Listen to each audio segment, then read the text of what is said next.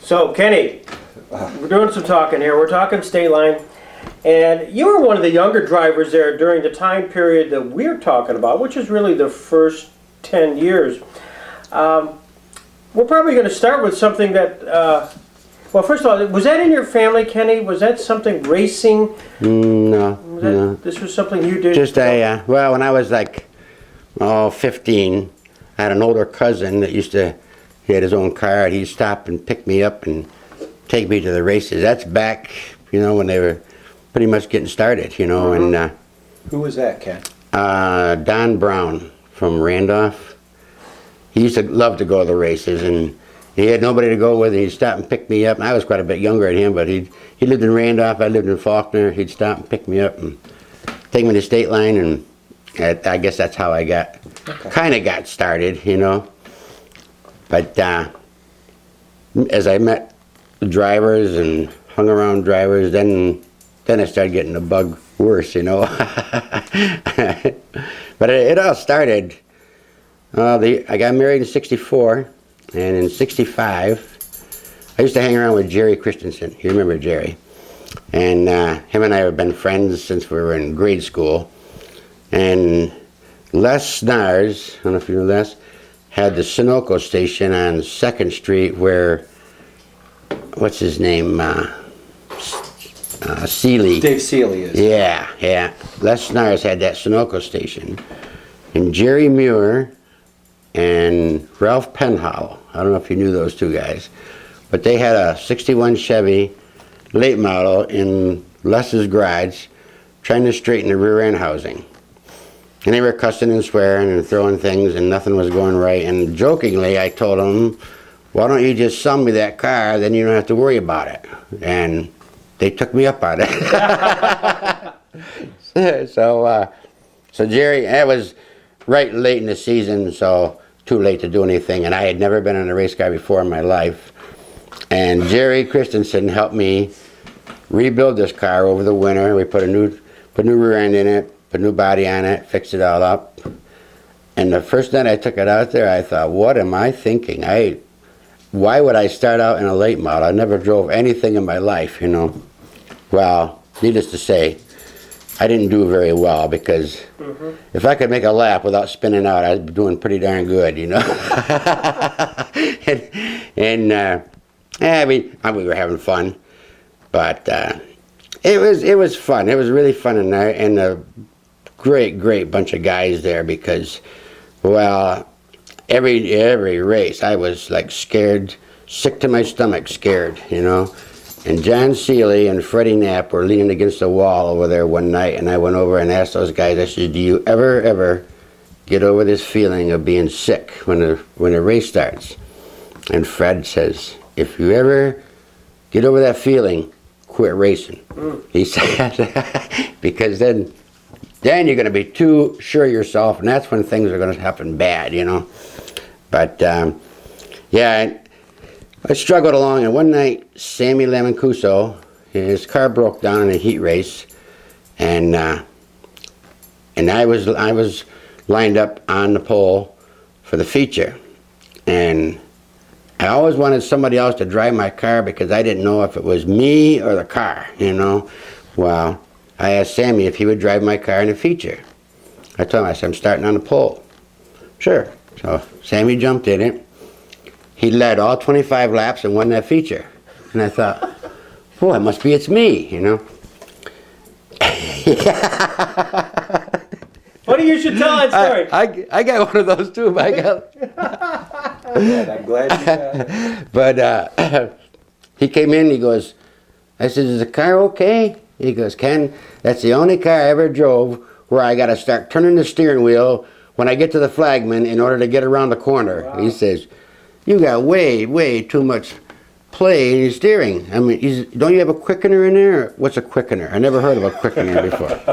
Well, I had like 7.5 turns from lock to lock. Yes. I mean, I just could not keep the thing. I couldn't catch it in time. You couldn't catch it. So Sammy helped me get a quickener. Paul Hellman helped me put it in, and I'm telling you, I had like not quite 3 turns lock to lock. What? I mean, it was like driving a brand new car, Then I started having fun because I could compete with these guys, you know.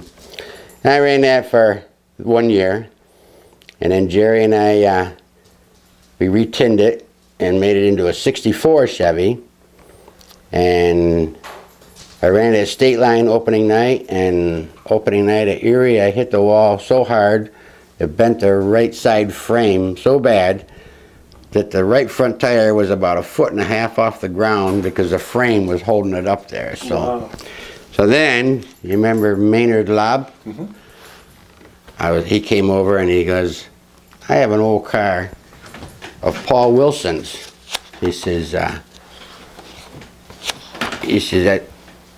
all you got to do is put an engine and transmission in it. He says, pretty beat up. He says, it's got a rear end in it.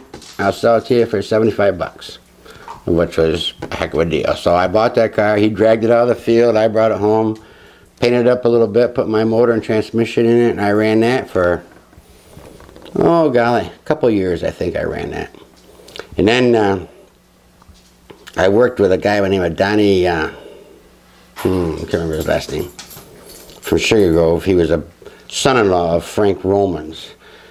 And I used to razz him. I said, why don't you tell your father-in-law to build me a car and I'll drive it for him and I'll just give him my car. He could just have it and take any parts off from it that he wants. I don't want a nickel for it. Just take my car. He can build me a car. I'll drive it. And by golly, Frank took me up on it. No kidding. Get Frank back in the game. Huh? Oh yeah, I'm telling you. Was Blackburn still married to Frank's daughter at the time? There's that picture you have there. Okay. And there's another one. That's the '65 Chevelle that I bought off from Maynard Lobb. Oh, okay. That was one of Paul Wilson's old cars, Okay. you know. And so then Frank built me a '64 Chevy. That one right there. Of course, you can tell it's Frank's. There's no writing on it whatsoever. Just a number, and that's it. What year is this now? Golly.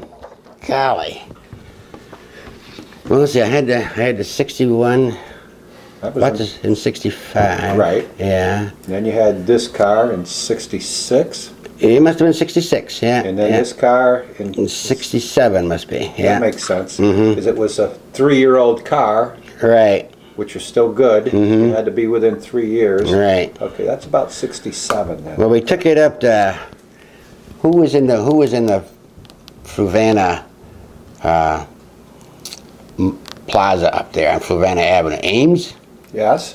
Well, we took it to Ames on Fluvanna Avenue to the Car car show. Okay. So that tells you about what it was, Okay. you know. So, but yeah, that car. I didn't win many features. I won a lot of heats and a lot of semis because I just had little skinny tires, and those little skinny tires really worked nice when the track was wet, which is in the heats and semis. But when it came to a hard track, those guys with the big tires, they were pretty much beating me, you know. And so I didn't win many features with that car, but So why didn't you put bigger tires on it, Ken? it was Frank's car. And you know, Oh, he owned it. he owned the car. Oh, I thought you meant he built it for you. No, he built it. He owned it. I just drove it. He did all the work on it. But in fact, his son Danny would bring it to the races, and then he'd take it back home, and Frank would work on it. And No kidding. yeah, and I did that for a year. And I mean, I'll tell you, that was the nicest handling car I ever drove. Of course, anything I ever drove was pretty much junk. You know, I mean, I didn't have anything good. But that car was just a wonderful car to drive. You know. Well, then Frank was going to do it again the next year, and Danny, his son, you probably know Danny. I know who he is. Yeah, he wanted to own a car, and Danny is just like Frank. He Cheap. won't listen to nobody. You know, he knows what he knows, and you don't know nothing. You know, so anyhow, Frank tried to tell him what to do to this car, and he wouldn't listen, and the car was just terrible. It was a '67 Chevelle.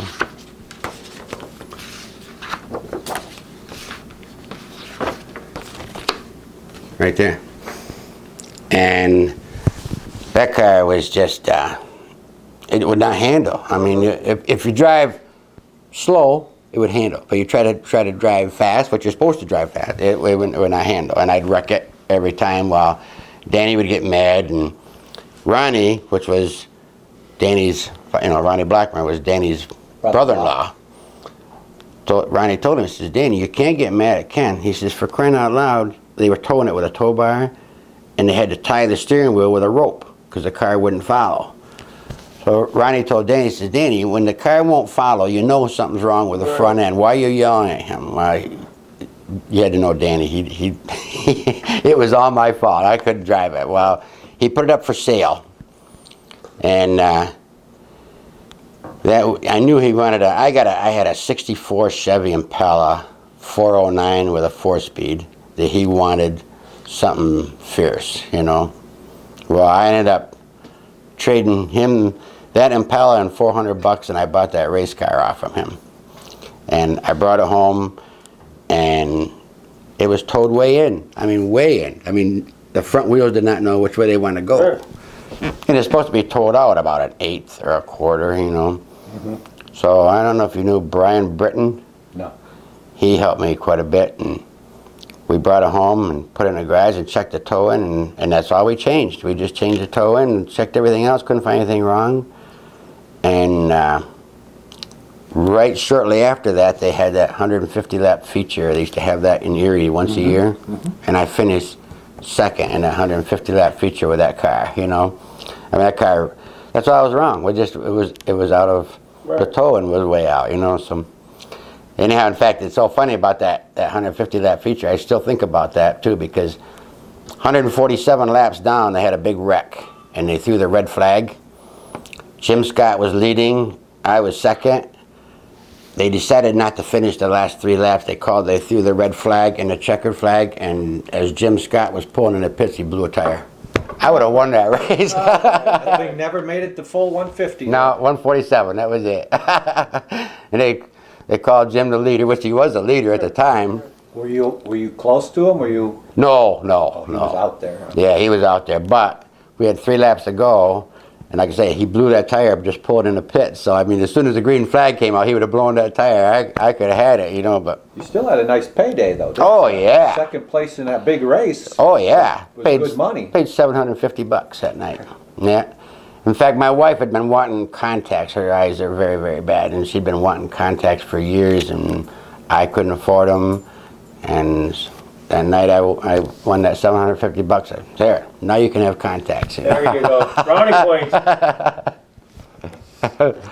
So I had 3 guys that helped me.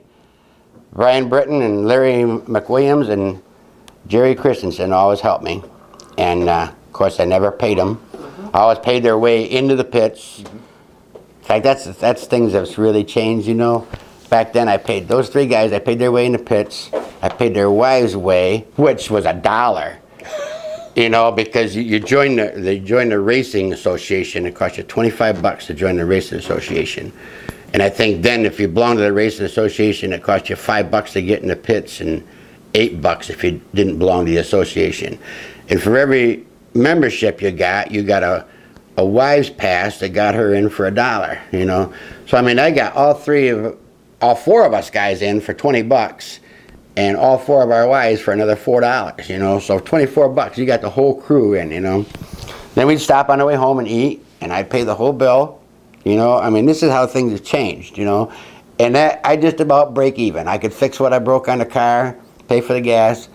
Never made any money, but never really lost any money. I mean, you're going to lose a little bit of money now and then, But I mean, that was just a fun time, I mean, we could just have a really good time, But anyhow, this story was going somewhere, I think, wasn't it?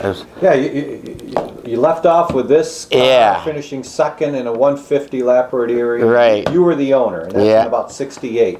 Yeah, probably about there. But then, and I ran that car. Well, in fact, I think I sold another car. Yes, I did. I guess it was just this car. I sold this car because it was getting to the point where every weekend my wife and kids were running off to a graduation party or something, and I'm in the garage working on the car, and my kids were getting older, and they were getting into sports and doing things, and and I didn't have the time, which was kind of bad, you know. So I finally told myself, that's it, I'm going to have to get out, you know. So I sold my car, and I went like 2 weeks. I couldn't do it any longer, you know. And I think I bought another Chevelle, but I didn't have it very long because I just did it for a short time. And I thought, you know something, I really do have to get out. That time I sold my tow truck, I sold my car, I sold everything. I thought, now I won't be tempted to get back in. So I didn't go to the races for 2 weeks. I didn't go. I figured if I don't go, it won't bother me. Well, the third week, I didn't go to State Line, but Sunday night I told my wife, Sam, I'm going to run over to Erie and see what's going on. I'm going to take my helmet with me. Why? I have no idea. So took my helmet, went to Erie. I walked in the pits. First guy I met was Lyle Brown. Comes over and says, Ken, these guys from Kane up here, they got a late model here with no driver. And they came over and asked me if I would drive it for them. At that time, Lyle had a Sportsman. He said, I told him I would, but I don't really want to. Do you want to? Sure, I'd want to. So he took me over to those guys, told him I'd drive his car. Well, that's fine. It was a 67 Chevelle. Same thing I just had myself. And I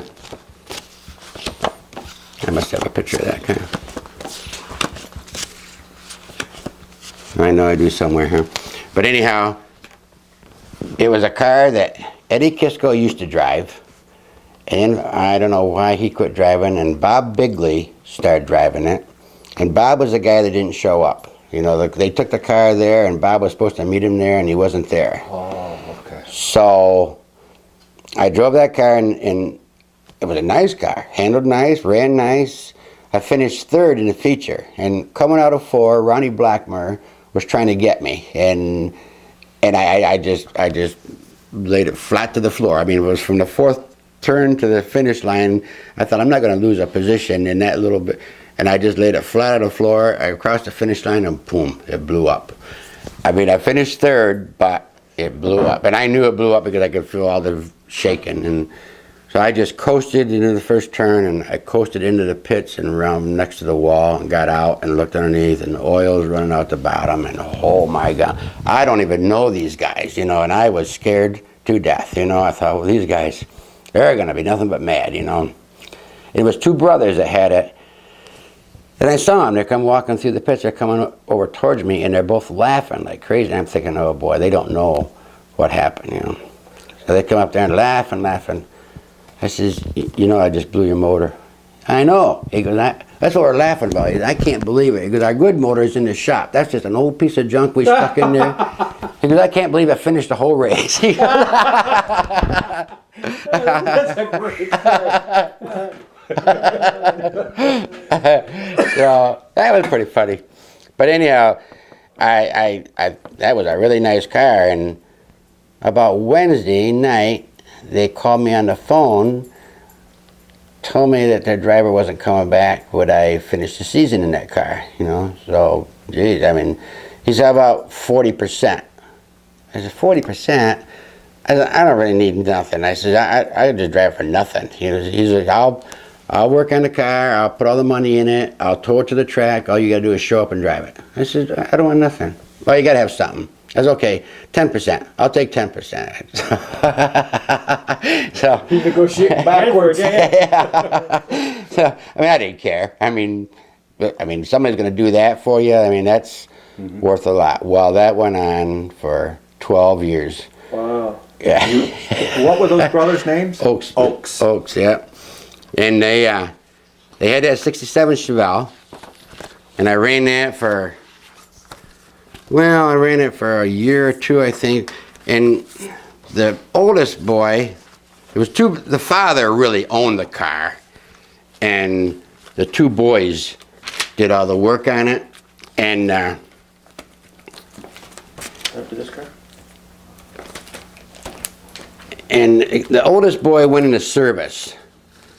So, Is that the car, Ken? no, that's the Roadrunner. Yeah. Yeah, that's the one he built after After that Oh, Chevelle. after the Chevelle. Yeah, because I thought I had all those pictures here somewhere, but maybe not. I was sure I did.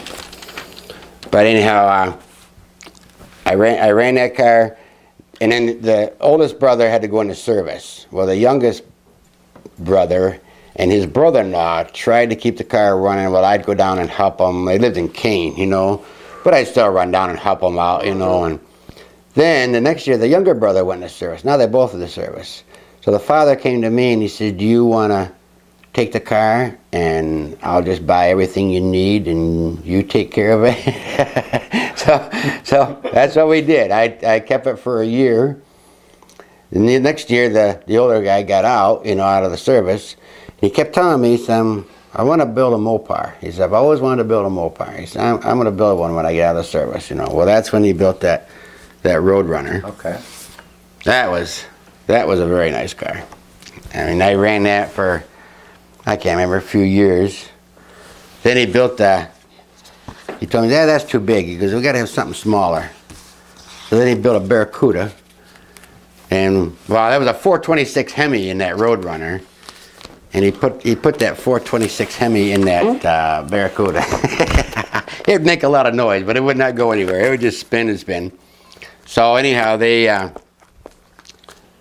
ended up putting a 440 in that car. Yeah, this is the car this is the one that Oaks had, and I re-tinned it for him. That's what it looked like when I got done with it. It was yellow. When they had it, it was yellow, and I just put a new body on it and re-tinned it and ran that while they were in the service there. That's the one that I started driving. That's the one that Eddie Kisco and Bob Bigley drove. Okay. And then there's the Barracuda. And there's another year of the same Barracuda, you know, but then Jerry Nystrom decided he wanted to race, and we had team cars. Jerry had a Buick, and I had a Cuda, you know, and it was kind of fun because that's back when everybody had a Chevelle, you know, and we were going to. These guys like to travel. They like to go to tracks all over. Well, I'll tell you, there was a method there that he was working out. Back then, the way you started at State Line and Erie, they would take your average finish of the last, I can't remember, 2 or 3 races. If you had bad finishes in the last 2 or 3 races, you'd start up front. Mm-hmm.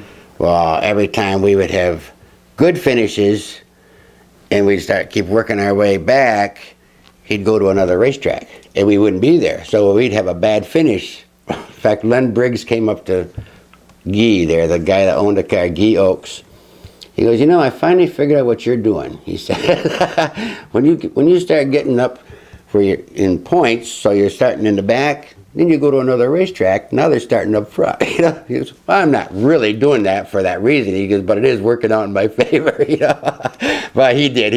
He loved to travel, you know, and my golly, I got to give my wife a lot of credit because I'd take her to racetracks. We wouldn't get done until 1:30, and we might have a 4-hour ride back home. You know, I mean, I could hardly hold my eyes open. She'd end up driving the rest of the way home. Sometimes the sun was coming up when we go home. You know, I mean, we'd be going all over the place. You know, and taking both cars. You know, well, we started running Clearfield on Friday nights, and man, I could make it once in a while, but I was still working. See, and I had a hard time getting down there in time, get out of work and get down there in time. You know, it's like a 3-hour ride down there, you know. And I finally told him, I said, you know, I don't really like this. I don't like the track. I wrecked real bad down there one night, and I don't know why. I just, if it was in my mind, or I just didn't like the place, you know. So he finally told me, he said, why don't Jerry and I just go and take his car down, and he said, we'll just run yours on Saturday and Sunday, which I kind of liked that idea. Well, they were on their way down to Clearfield one night with Jerry's car, and he had his wife and daughter with him, and he just bought a brand new truck, and a pickup truck, and he came over some railroad tracks down by Penfield, mm-hmm. And the truck went into a shake for some reason or other, towing this race car. It was a real narrow road, and he was trying to stay off to the right because there's a car coming. He didn't want to hit the car. He got too far off the right. I mean, this is like something that wouldn't, just impossible. The trailer tire caught a electric pole, and it ripped the trailer loose from the truck, and the trailer turned right and the tongue drove into the bank. The car lofted off the front of the trailer. He just filled it with fuel. Now the car is rolling down the bank, throwing fuel everywhere. The electric lines come down, Oh gosh. sparking, ignite the whole thing. His truck burned up, the race car burned up. His wife and daughter, they flew them to Pittsburgh Burn Center. Oh, what a horrible thing. Wow. He told me, he said, you know something? I'm not racing anymore. What year was that, Ken, with that bad accident? My goodness. Wish I could remember. It's right when I quit. Well, you said you drove for those boys for 12 years. Yeah. And you started driving for them in 68, around 1980? Oh, it doesn't seem like it was that. Doesn't seem like it was that late, but it might have been. I don't remember when Jerry quit racing, because Jerry quit at the same time, because, and I don't blame him, he just lost all interest. I mean, he lost all of his tools that was in the truck. Then he went to claim insurance, and this is a brand new truck. He only had it like about a week. You know, it's brand spanking new. He had fire insurance, but no collision, or collision and no, I can't remember. But anyhow, somehow or another, the insurance company finagled their way so it didn't cover nothing, you know. So I mean, he told me, I'm going to quit racing. Well, he put my car up for sale. Of course, Jerry's was burnt to a crisp, and he put my car for sale and sold it, and that was the end. Then I couldn't afford to race anymore. I didn't have anything to race with, and I thought, I'm done anyhow. If he's done, I'm done. So that was about it. We're going to show you a bunch of pictures of guys that were racing when you first got started. So when you were talking about nervousness, playing, you know, young guy up against the big dogs, we're going to show you some. And if you have any comment or reaction, we've done this with all the drivers. They kind of have fun reminiscing about some of these drivers. Oh, Floyd. Oh, yeah. Floyd, he's a good guy, but boy, don't get him mad at you. I'll tell you. He got mad at me one night and chased me through the fence or pits with a big old crescent wrench. I'll tell you. I thought he was trying to run me into the wall, which I still think he was, and I'm trying to stay away from the wall, and he's yelling at me because I was turning into him. Well, I don't know. Maybe it was a misunderstanding. We're good friends now. That's all that matters. Ronnie Blackburn, like I say, he's the one that went to bat for me with Danny, telling him that car wouldn't handle. So Floyd Thomas, I remember him, but not a whole lot. I mean, I wasn't real close to him. Johnny Whitehead, he was a good guy to be around. He drove for Russ for, my goodness, I don't know how many years, you know. He was a good guy to race with, clean guy.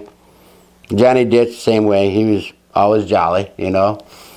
Remember he had that on the front of his hood. Every car he made, on the front of his hood, it says, if it don't fit, force it. Do you remember that?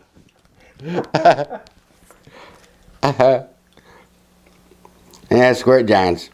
Yeah, he was always good. The only thing I can remember, not a good thing to remember about him, but the only thing I can remember, do you ever remember he would always drive coming through the turn with his head halfway out the window? Yeah. Apparently it wasn't strapped in very tight. That's all I can say, because I remember coming out of 4 one night, he hit somebody. Somebody had spun or something, and he hit him, and he smashed his nose right against the post on the... Yeah, the A-post? Yeah. On the car? Did Squirt ever say anything to you about that? No. Yeah, I'll never forget it. In fact, I'll bet you if I look long enough, I can find... You might even find some pictures of Squirt. You look, his head is half out the window. You know? And he smacked his nose against that post there by the wing window, where the wing window is supposed to be, you know. Chuck Piazza, I almost think, I don't know if he was even, he was racing back then, because I've been looking at some books where him and I finished certain places in the same feature, so. That list of drivers are all from 65. Oh, is it really? This is your first year. Mm-hmm, right. And these guys were all racing. He must have quit shortly after that. Did. Yeah. Freddie Knapp, he, like I say, he helped me a lot. I had Oh, that first race car I had a Buick rear end in it, and I broke an axle. And back then, I was towing with a tow bar. I was towing it with a 56 Pontiac, you know. Back then, I mean, you had to have 4 wheels rolling to get it back home, you know. And we're out there working. Just about everybody had gone. And Fred came over, wanted to know what I was doing. I said, I'm trying to get this axle out. I said, I got to get this axle out so I can get a new axle in so I can tow it home. He goes, you know, there's a pin inside the rear end housing. Did you pull that out? No, I didn't know that. Well, he's right. They got to take the cover off the rear end, and there's a steel pin you got to drop up. Then the axle will stop. We were trying to pull that, and we would have never got it, you know. But he stayed there. I bet you it was till 3 o'clock in the morning. He stayed there and helped me. Wow. Get that axle changed. He was a super nice guy. Yeah. More on the back. Whitehead again. It's another Johnny Whitehead, right? Yeah. Yeah. Samuel Amacuso. Yeah. He's probably the instigator for me. Yeah, he, when we first got married, we rented an apartment downstairs from Sammy, you know. And, well, every Saturday night I'd watch him pull his car out, hook it up, and get ready to go. Man, that was before I started, you know. I'd like to do that, you know. Wow. I think that's what really got me going, you know. Then Del Seekings used to live next door to me. He rented off from Sammy too. So I think I got Del a little excited about racing too, you know. So yeah, Jim Scott, he was all right. One night coming home from Erie, had to have been. Of course, that's back before '86 was built, so everybody else came the back way. And I came through Wattsburg, and a front wheel bearing seized up. And I pulled off the side of the road, and Jim Scott came along, and I was trying, of course, that race of that wheel bearing had welded right onto the spindle, you know, and I'm trying to get it off, and Jim taught me a trick that I didn't know about. He stopped to see what was going on. I told him what was going on. I got this wheel bearing, what the heck, in the inner race is welded right on the spindle. And he went and got 2 big hammers, and he put one underneath that race and smacked the top of it and split it right in half. I didn't know you could do that. But yeah, he stopped and helped me. Showed me a trick that I never knew about, by golly. Tom Dill. he was a good guy, but if he could gain a position by pushing you all the way, he sure do it in a hurry, I'll tell you. In fact, a 50 lapper at Erie, I was leading that race, and I guess probably what really hurt the most is the winner of that 50 lapper automatically qualified for the Stony 200, and we used to go there. The Stony 200 was just down south of Pittsburgh. It was Motordrome? I don't think it was Motordrome. In fact, Jennerstown? Was it? Golly. In fact, 2 guys from Jamestown ended up buying that track. Motordrome. You're talking about Bruce Reinhardt. Right. Was it Motordrome? Motordrome. Okay. Every year they'd have the Stony 200. In fact, Paul Hellman won it one year. Yes, he did. But we had everybody that came down had a hard time qualifying usually. Remember Blackie Watt? Mm-hmm. He always had the convertible. Mm-hmm. He was pretty much unbeatable, you know. But anyhow, we always go down there. I had always had a hard time qualifying. Well, that 50, if you won the 50 lapper at Erie that night, you automatically qualified for that Stony 200. Spot. Yeah, okay. Guaranteed. And I was leading that race. The white flag came out. I went through 1 and 2, come down the backstretch, went into 3. Well, I knew Tom was chasing me because every turn I see that orange fender, you know, and I'm just driving my brains out trying to stay ahead of him, you know. Took the white flag, go through 1 and 2, down the backstretch. Like I say, coming into 1, there's that orange fender. Coming into 3, there's that orange fender. And it's really coming because he put me around so quick it wasn't even funny. I thought, you got to be kidding me. In fact, my wife had both boys up at the fence because she was telling, hey, Dad's going to win the feature. Dad's not going to win the feature. I think I finished like 3rd because I think by the time I got myself gathered up, I think Ronnie Blackmer went by too. I think Ronnie finished 2nd and I finished 3rd, you know. That's the only thing I think about. I still remember that night, you know. But Well, all I can tell you, Kenny, we've asked the same question of everybody about Tom Dillon. They all have the same answer. So.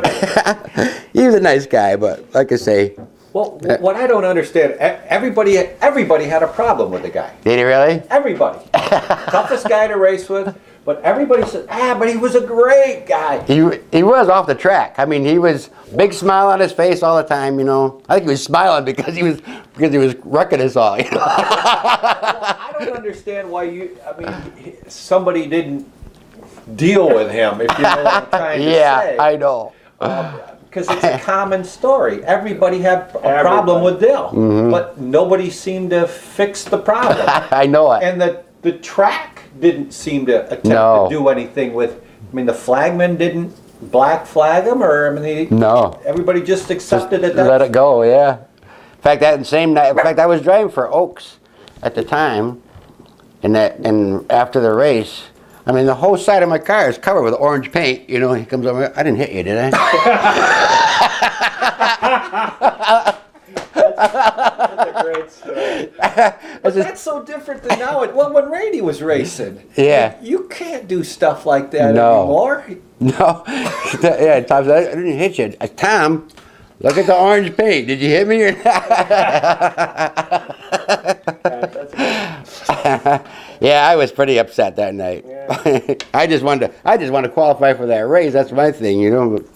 How about him? Oh, Paul Wilson. Yeah, he was. I don't remember him too much. I remember Maynard, his car owner, more than Paul. I mean, he was a good guy to race with, and you know, nice guy. But in fact, he must have quit shortly after I started. I don't think he went. Yeah, he's near the end of his career now. Yeah. Larry Parmenter. Oh, Larry. That I remember about him is. I mean, he was a good guy to race. He was wild, but I don't think he really did anything on purpose. I mean, if he was around you, you knew he was around you, but I don't think he'd ever really take you out, you know. But what I really remember about him was my very first year. I told you I took that late model out there, and I got my motor is nowhere near like these guys' motors. This car is nothing compared to what they got. But I figure I'm starting. What do I care, you know? And I'm a nervous wreck anyhow, you know. And we're out there for just hot laps, you know. Back then you could run hot laps at the beginning of the night, you know. And I was coming out of 4 and not running the thing real hard, but kind of hard. And all of a sudden it sounded like my motor just got louder, louder, louder. I thought, what the heck is going on? I took my foot off the gas. It was Larry Parmenter driving by me, you know.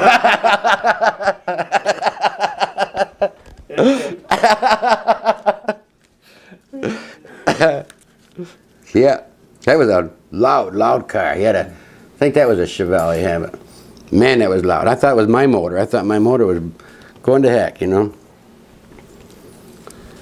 Oh, Bobby, yeah, he won a lot of races. But you know, he wouldn't hit you, but you know, I don't know if anybody else has ever told you this.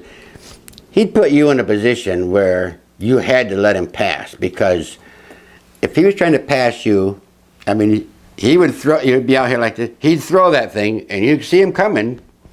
If you stayed there, you were going to wreck. So you just get on the brake and let him go. Kind of like a slide job? Yeah, and I mean, and he wasn't cleared. I mean, you knew he was going to hit you, you know. And I don't know if he would have hit you or not, but I always just jumped on the brake and let him go. And I don't know if everybody else did that or not, but I thought, you know, if I could do that with everybody, I could win a lot of races too. But definitely he was good. I mean, he knew how to set up a car. He had some fast cars. Mike Komisarski, I remember him a little. He was from Erie, wasn't he? Mm-hmm. Yeah, I remember him a little bit. I can't remember his car number. Either 711 or 7 or 17. His cars always had a 7 in the number somewhere. I think it was.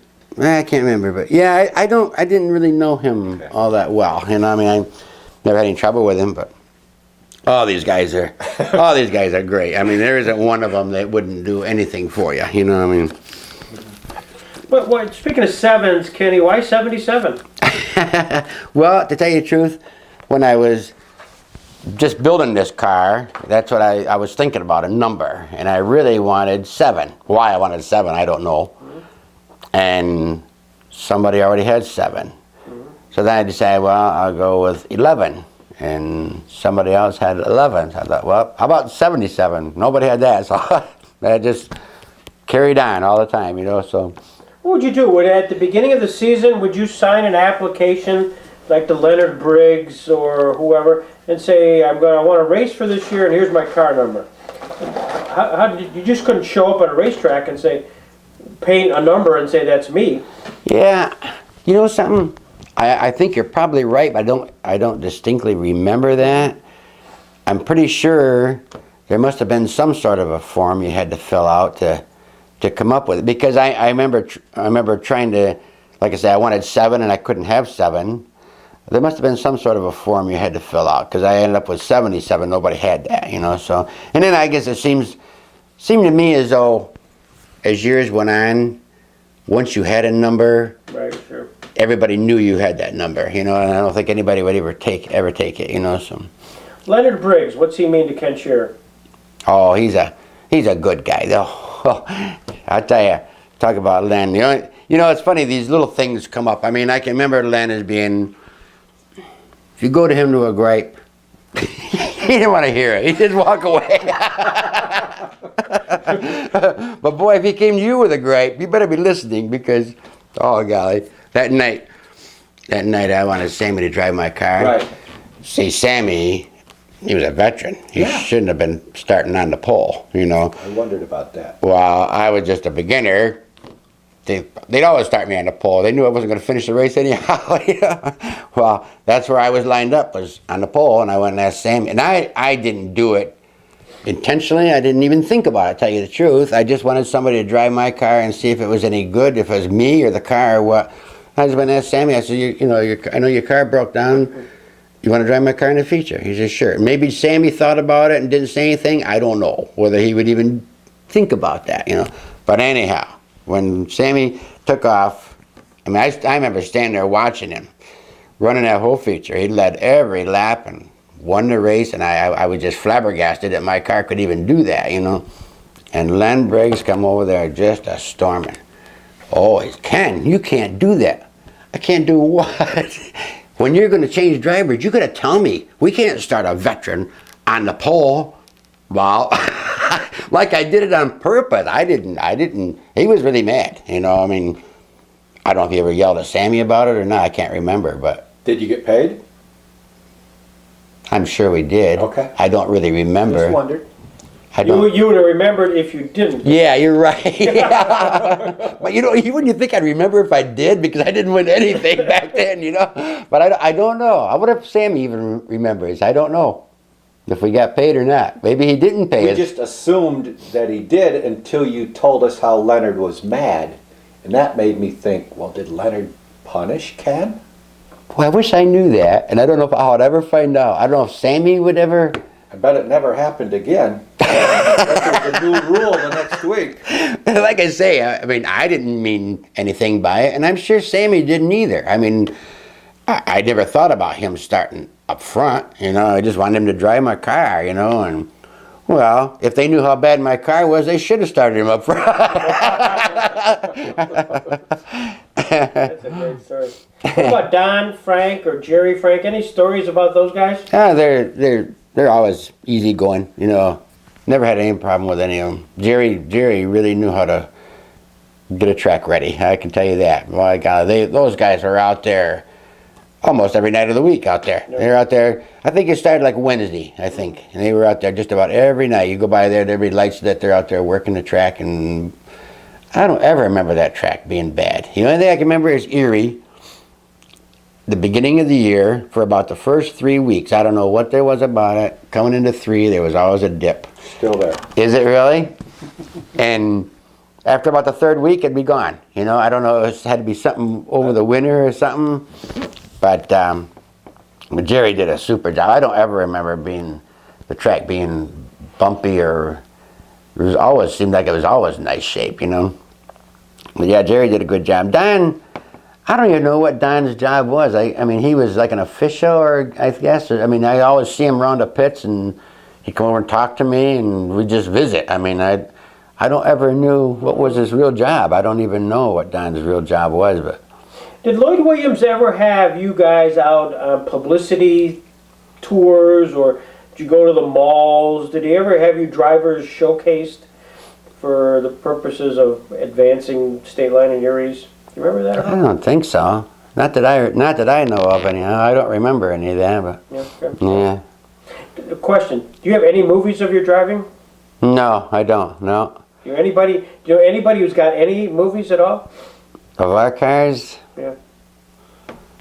I might be able to find somebody, but right off the top of my head, I don't know anybody that. We're has looking. We're. I don't blame you. It would be. I don't think they did that much back then. You know, I don't think if anybody had a movie camera, I think it'd be pretty rare back then. You know, I mean, I don't know if anybody took any movies or. We found one 4-minute piece, but we're looking. And when we did the Rollerball project, I mean that was 56 to 60 in a little pastured, track down in Watts Flats area. But ultimately, movies started surfacing in color. They were beautiful things. And so we know they're out there someplace. Some family member took movies, and Connie, you're going to be chairman of this. you're going to be out there talking among your friends in the area, and all of a sudden somebody's, this is how this will happen. Well, the only movie I have of State Line at all is, like I said, I never really thought about taking movies, and I never had a movie camera anyhow, but I mean, even when Randy started racing, I never thought about movies. But it's funny now. It wasn't funny at the time, because the whole time Randy was the one that was really quiet. My oldest son, he was the one that was aggressive and ready to do anything. I thought for sure he'd be the one that wanted to start racing. He didn't seem interested. He was into sports, he didn't want to worry about racing. Well, Randy came along, and he was a quiet one, and he decides he's going to race, which I thought, that's fine, so I helped him build a car, and he was in college at the time. In fact, I would work on it all the time while he was in college. He'd come home weekends and would help me work on it, and Connie kept telling me, Ken, I don't think this is a good idea. I don't think you ought to do this. Connie, how many years did I do this? I never got hurt. It's a good sport. There's nothing wrong with it, So we get the car ready. We go up there opening night. Connie said, I'm not going. And I'm glad she didn't go, because Randy showed me the worst wreck I've ever seen in my life. At the very first night, he was shy. He never drove a race car before in his life. And I'll never forget, he's coming out of 4, waiting for the green flag, and everybody takes off like they're shot out of a cannon, and Randy's not really going very fast, and Greg Hopkins pushed him and got him sideways the wrong way. He's pointed towards the flag stand, and Greg wouldn't stop pushing him. He's against the side of him and pushing him sideways, where are you going to go? And something caught, and Randy's car flipped side by side. Then it went end for end and came down on top of the wall on its roof, and then bounced on the other side of the wall on its wheels. Holy man. I'm telling you, some guy came over and gave me a video of that, and I'm telling you right now, I just could not believe my eye. I was sure glad to see him come out of that car mad, because, in fact, Franny, that was the beginning. I think it's kind of gone to Bosch now, but at that night right there, Franny decided that it had to be a rule that you had to have a window net, because Franny was standing right there when Randy came over the wall, and he said Randy's shoulder was against that window net. And from that night on, he made it mandatory you had to have a window net. Now I see some cars don't have a window net. I don't know if they just gave up on that idea. I don't know. I mean, I thought it was a good... we put a window net in just as a precautionary thing. Back when we were racing, I don't think anybody had a window net. I don't think anybody ever heard of a window net before, But yeah, it's I remember that. I was there that night. Well, yeah. Yeah, I was watching from across the track, on the backstretch side. Right. We pitted over there somewhere. I remember him landing between the wall and the high fence. Yeah. In that little space. Mm-hmm. Well, my golly, it looked like somebody picked up a toy car and threw it. I mean, the thing just would not stop. First it was side for side, then it was end for end, and man, it just went. I mean, it come down right on the roof, on top of the wall, and bounced and landed on the other side of the wall. I mean, it was like a toy car going through the air, and I thought, my golly, maybe my wife was right. Maybe this wasn't a good idea. But yeah, it's the only video I got. Some guy happened to be taking a video of that, and he gave it to me, you know. Oh gosh. Yeah. Well, what was if you could reflect back on a whole lot of time up there, Kenny, what was the funniest thing you ever saw happen out there? You know, just something you'd smile and say, "Oh my God, I can't believe I just saw that."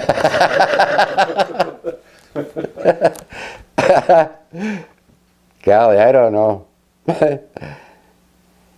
I don't know. The funniest thing, huh? Yeah. Was there a time, I'll switch the question then, is there a time when you felt your own health? I mean, you're driving around and you felt, geez, this is not a happy, fun thing for me, where you actually felt scared, trepidation, maybe scared's the wrong word, but... Oh yeah, yeah. In fact, one of these cars these Oaks guys, I mean, they're just, I mean, Jerry Christensen and I were very, very close. I mean, I got pictures of Jerry with my car. It says Jerry Christensen, mechanic. I mean, him and I were very, very close. Then he got into hooligans back then. Yeah. But anyhow, these Oaks guys, I mean, to this day, I mean, he treats Connie and I like family. If they have a family get together, they call us. We go to Kane. I mean, if it's a birthday or something, we go to their birthday parties. I mean, these guys are... What kind of business were they in? Oaks Enterprises. Gas wells. Gas wells. Yeah, they're still in it. And in fact, That's the father... where the money came from. Yeah, you're right. The grandfather had it for years and years. Then he passed it on to his son, which is the older guy now, you know, and he was the one that was footing all the bills. You know, the two brothers worked on the car, but the father was the one that was coming up with the money. Now he's pretty much retired, and the oldest son, he's taken over the gas wells. You know, he's been working at them for most of his life anyhow, you know, but these people are just super, super nice people. I think probably you asked about funny things. Probably, as far as my whole crew is concerned, that remember when they used to have the mechanics race? Mm-hmm. Well, Guy, the oldest brother, I told him, come on, just take this out and drive it. You know, he went out there.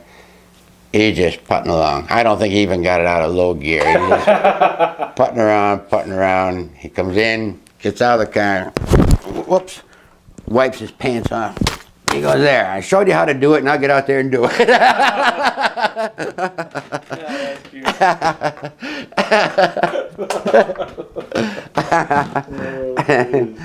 Yeah, they were a bunch of good guys, I'll tell you. And I can say, I saw a lot of guys, owners and drivers, that didn't get along, and boy, I thought, man, well, I went through with Danny.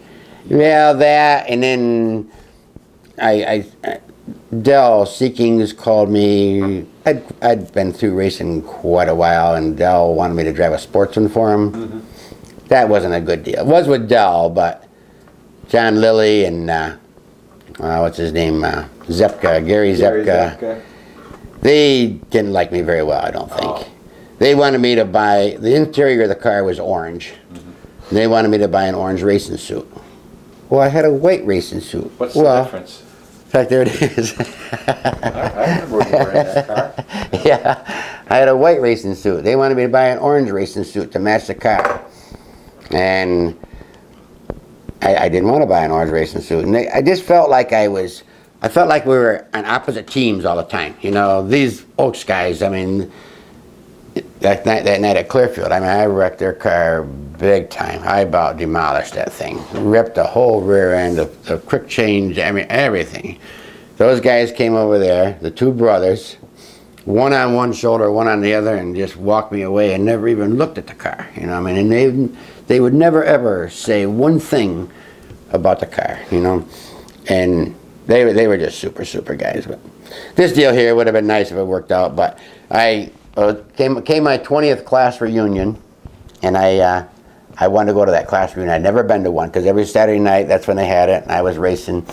So I thought, you know something, that car don't mean that much to me. I told Don, why don't you find somebody else to drive it? So they got Barton, and Barton's still in it. And the rest is history. And he still got that orange racing suit. He bought that orange racing suit. So then this is the connection, huh? Yeah.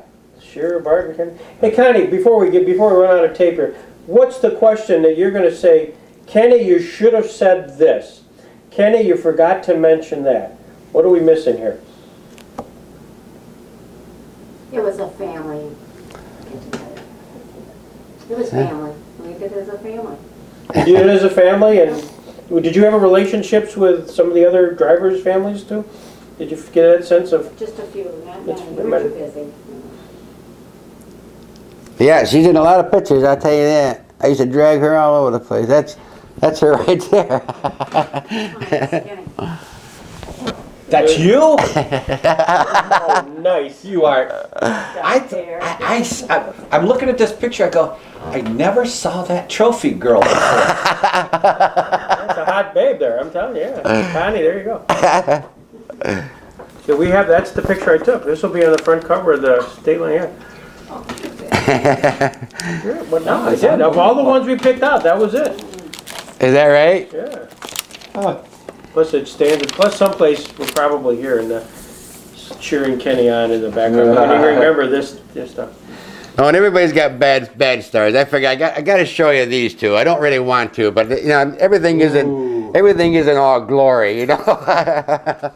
These aren't good. No, they're not good. Is that? Oh, that's the one you were describing where you hit the wall and the tire was this far off the ground? Yeah. I mean, look at it. He hurt that baby big time. Oh yeah. And these guys belong to Oaks. I mean, those guys, well, it was so funny, especially the father, the old man, you know, the one that had all the money, and that is so funny Take a because. picture of that. Okay, I'm trying to see the year. I think that's a 68 or 9.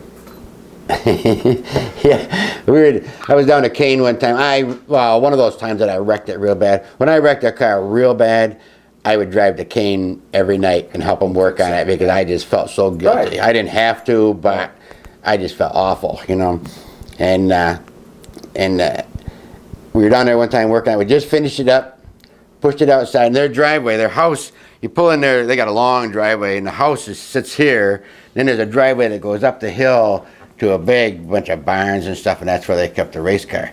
Well, they pushed the race car outside, and for some reason or other, I don't know if they were trying to start it or what, but I was in it, and they pushed me down the hill, and that driveway is built on a bank, so they got a cement wall to hold that bank from coming down into the driveway. And I was fidgeting around with something in the car, and I wasn't watching where I was going, and I mean I was barely moving, and I went up against that wall. Well, I couldn't move, you know. Gerald, the old man, don't push him away. Leave him there. He runs in the house and gets a camera and takes a picture. Because I got to get a picture of Ken. He hit the wall in the driveway.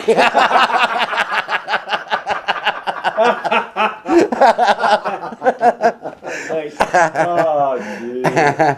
Another funny thing about these Oaks guys, well, they just put an oil cooler on. You know, that's back when things were, everybody has that stuff now, but that's back when things were just coming up. He just put an oil cooler on that Barracuda, and I don't know what happened. I came into the first turn, and it never turned, and I went straight and plowed into the wall a ton. And the straps knocked the wind out of me. There was nothing wrong with me except I couldn't breathe, you know. Well, the youngest brother come running up through the pit gate and come running over there, and he reached through the window, and I'm making all these funny noises, but I can't breathe. He reaches through the window and grabs my helmet. It's not even unbuckled. He's got my neck stretched out about that far. He's trying to get my helmet off. That was funny. This is good. These are good. But you should be a Toastmaster, man. We're going to put you on Comedy Central. But I think it scared him because I was making all these funny noises. You know, there really wasn't nothing wrong with me. There was when he got done with me. He stretched my neck out. You know? Oh, dear. Yeah, those guys gave me some really good years, I'll tell you. Are they still involved in racing? Don't they sponsor some cars now? Yeah, they sponsor Randy's.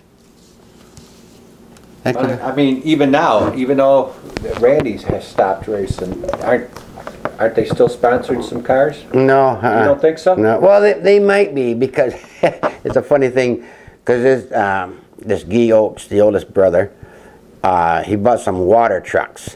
When they frack a well, there's got to be a some law. There's got to be a water truck standing there ready all the time. I don't know much about that deal, but he bought 2 water trucks, and they have to dispose of. Sometimes they pick up, I don't know if it's brine or some kind of hazardous waste or something. And they have to take it to this dump station to dump it. And I can't remember who the guy is, but there's somebody that races that's in charge of that dump station. Because Guy told me the other day, he goes, you know, that guy's been after me and after me and after me to sponsor him. I might have to. He says, because he every time my truck comes in, he don't make them wait. He lets them go right to the front of the line. He goes, if I sponsor him, he'll probably keep on doing that. So maybe he might be sponsoring a car out there. I was thinking I've seen his name on Travis Asel's E-Mod, but I could be dreaming that. Oh, now that could be too. They're from Kane, Asel's right? are from Kane. Yes, that could be too, because and they're into big trucks and stuff like that. I just think that they might be connected, the Oaks and the Asels. yeah, because Norm Asel. That's who I'm thinking of. His Yeah, son. yeah. And Norm, he's got a lot of money too. Because, I mean, he was telling me, he said, yeah, I got 2 complete late models sitting there because my son don't want to drive them. Right. Oh my golly, I'm thinking, boy, what a waste, you know. Now I guess they're into E-Mods. E-Mods, yeah. I guess his son's driving them, but Yes, he is. is he into it now, or? Yeah, they jumped into late models before the kid was ready, you know, and he wasn't being successful. And you know, when you're not having success, it's no fun. No, it's not. So the no. kid, you know, Norm wanted the kid to be successful, but the kid wasn't ready. And well, now they're back in E-Mods. The kid's successful because he's ready for those kind of guys. Yeah, right, yeah. In fact, we bought a late model off those guys. Oh, did you? Yeah, That'd be pretty darn nice. it was sanitary. They'd only raced it, I don't know, 8 or 10 times. Mm-hmm. It was an older car, but it hadn't been raced much. Right. Yeah, Norm told me, boys, I got a whole garage full of spare motors and all sorts of stuff. That's the car we still have. Is it? Yeah, we've been racing it 3 or 4 years. Uh-huh. It's a 2002 car, and this is 2009. So that's how that car's 7 been years. around. Yeah. Some of those older cars, in fact, I hear a lot of these people would rather have an older rocket than a newer rocket. I guess these newer cars are not handling as good as the older cars, you know? I don't know how that goes, but you're right.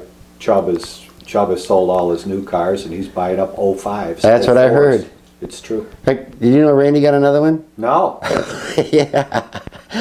He's getting back into it? Oh, yeah, I didn't know that. I thought he'd given it up for good. Yeah, I was hoping because, you know, I thought he was getting to the same point where I was. It's taking up too much time. And, Yeah. you know, we have hardly no sponsors. Just these Oaks, that's about it, you know.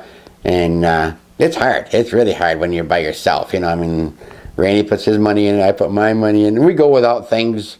We go without tires where everybody else has got brand new tires. You know, we make them last as long as we can, you know. I mean, it's not as much fun. It's still fun, you know. But anyhow, he kept looking at cars. He called me one day. Dad, I found this nice car. He goes, it's down in Columbus, Ohio. You want to go look? I said, I'll go look. I'm taking my trailer just in case, he said.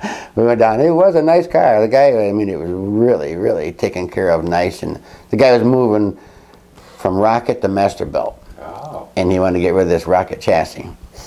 So Randy ended up buying it and bringing it home. So, I mean, you should see it now. It had no body on it, you know.